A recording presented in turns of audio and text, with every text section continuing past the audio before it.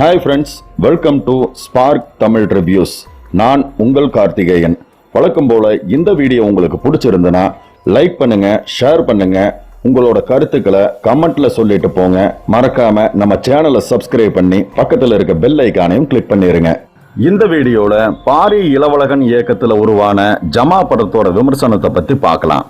படத்தை இயக்கிய பாரி இளவழகன் நாயகனாவும் நடிச்சிருக்காங்க. அம்மு அபிராமி, சேத்தன், ஸ்ரீகிருஷ்ண தயாள், KVN மணிமேகலை இவங்கெல்லாம் மற்ற கதாபாத்திரத்தில் நடிச்சிருக்காங்க. இளையராஜா இந்த படத்துக்கு இசையமைச்சிருக்காரு. ஜமா படத்தோட விமர்சனத்தை இப்ப பார்க்கலாம். முதல்ல கதை என்னன்னு பார்த்தோம்னா, திருவண்ணாமலையில பள்ளிக்கொண்டாப்பட்டு மற்றும் அதன் சுற்றுப்புற கிராமத்துல பிரபல நாடக கம்பெனியா இருந்து வருது ஆலம்பனா ஜமா. ஜமாங்கிறது என்னன்னா ஒரு நாடக குழுங்க. இந்த குழுவோட வாத்தியாரா தாங்கள் தாண்டவம் இருக்காரு, அதாவது சேத்தன். எப்போதும் திரௌபதி அல்லது குந்தி வேடம் போட்டு நடிப்பவர் தான் நாயகன் கல்யாணம். கூட்ட பொறுத்த வரைக்கும் எந்த கதாபாத்திரமா இருந்தாலும் சரி, அதுக்கேத்த மாதிரி மரியாதையை கொடுக்கிறவர் தான் கல்யாணம். தொடர்ச்சியா பெண் வேடமிட்டு நடிக்கிறதாலேயே கல்யாணத்தோட பேச்சும் குணங்களும் உடல் மொழியும் பெண்களைப் போலவே ஆயிருது. அதனால அவனை எப்பவுமே நக்கல் அடிச்சிட்டு இருக்காங்க மற்ற ஆண்கள். பெண்களுக்கு நெருக்கமானவனாவும் இருக்கிறான் கல்யாணம். கல்யாணத்தோட இந்த குணத்தால அவனுக்கு யாருமே திருமணத்துக்கு பெண் தர மறுத்துறாங்க. அடுத்த முறை அர்ஜுனா வேடம் போட்டு நடிச்சாதான் திருமணம் ஆகும்னு கல்யாணத்தோட அம்மா ஒரு பக்கம் அவனை வற்புறுத்திட்டே வர்றாங்க. இன்னொரு பக்கம் தாண்டவத்தோட மகள் ஜனா, அதாவது அம்மு அபிராமி, கல்யாணத்தை காதலிச்சுட்டு வர்றாங்க. கல்யாணத்தை பொறுத்த வரைக்கும் அவனுக்கு இருக்கிறது ஒரே ஒரு ஆசைதான். தன்னோட தந்தை ஆரம்பிச்சு வச்ச இந்த நாடக குழுக்கு, அதாவது ஜமாவுக்கு தான் வாத்தியாரா வரணும் அப்படிங்கிறது மட்டும்தான் அவனோட ஆசையா இருக்கு. கல்யாணம் இந்த ஜமாவுக்கு வாத்தியாரா ஆனாரா, அர்ஜுனனா அரிதாரம் பூசினாரா அப்படிங்கறதுதான் ஜமா படத்தோட கதை. ஒரு சில கிராமங்களை தவிர தெருக்கூத்துங்கிறது இன்னைக்கு இல்லாமே போயிருச்சு. அதுக்கான ரசிகர் பட்டாளமும் கம்மியாயிருச்சு. இப்படியான சூழல்ல தெருக்கூத்தை பத்தியும் அதுல நடிக்கக்கூடிய கலைஞர்களோட வாழ்க்கையை படமாக்குறதும் ரொம்பவுமே சவாலான ஒரு வேலைன்னே சொல்லலாம். அந்த சவாலை இயக்குனர் பாரி இளவழகன் ரொம்பவுமே நேர்த்தியா கையாண்டிருக்காரு. துரோகம், ஈகோ, குரு சிஷ்யன் மோதல் போன்ற கிளாசிக் எமோஷன்கள் படத்துல சிறப்பா பொருந்தி இருக்கு. குறிப்பா கிளைமேக்ஸ் காட்சியை சொல்லணும். இயல்பான நகைச்சுவை, மிகைப்படுத்தப்படாத காட்சிகள், கதை நிகழ்வும் உலகத்தை மிக இயல்பா கட்டமைச்சிருக்காங்க.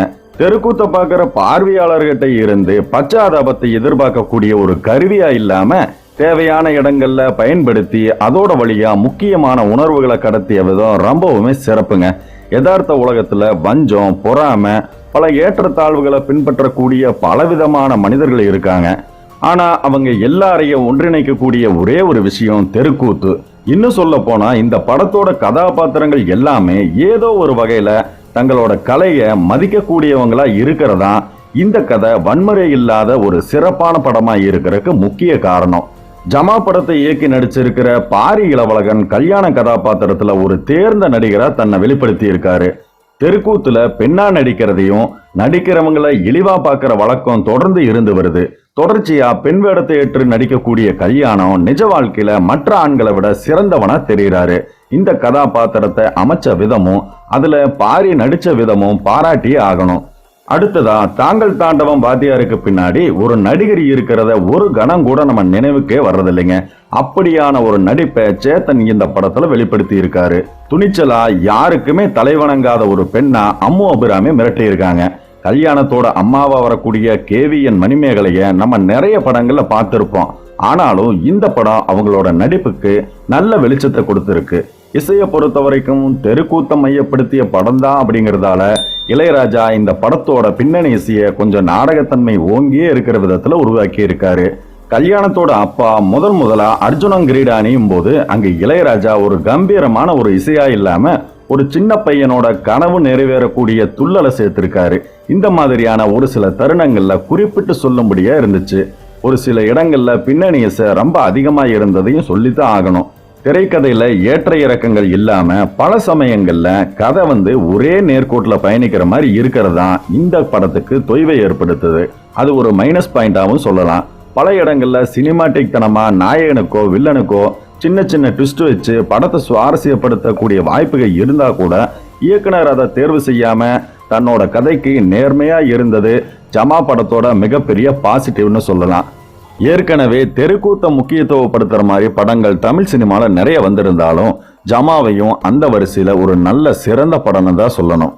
கொஞ்சம் பொறுமையும் தெருக்கூத்து மேல ஆர்வமும் இருக்கவங்க இந்த படத்தை பார்க்கலாம். இந்த வீடியோ உங்களுக்கு பிடிச்சிருந்ததுன்னா லைக் பண்ணுங்க, ஷேர் பண்ணுங்க, உங்களோட கருத்துக்களை கமெண்ட்ல சொல்லிட்டு போங்க. மறக்காம நம்ம சேனலை சப்ஸ்கிரைப் பண்ணி பக்கத்துல இருக்க பெல் ஐகானையும் கிளிக் பண்ணிக்கோங்க.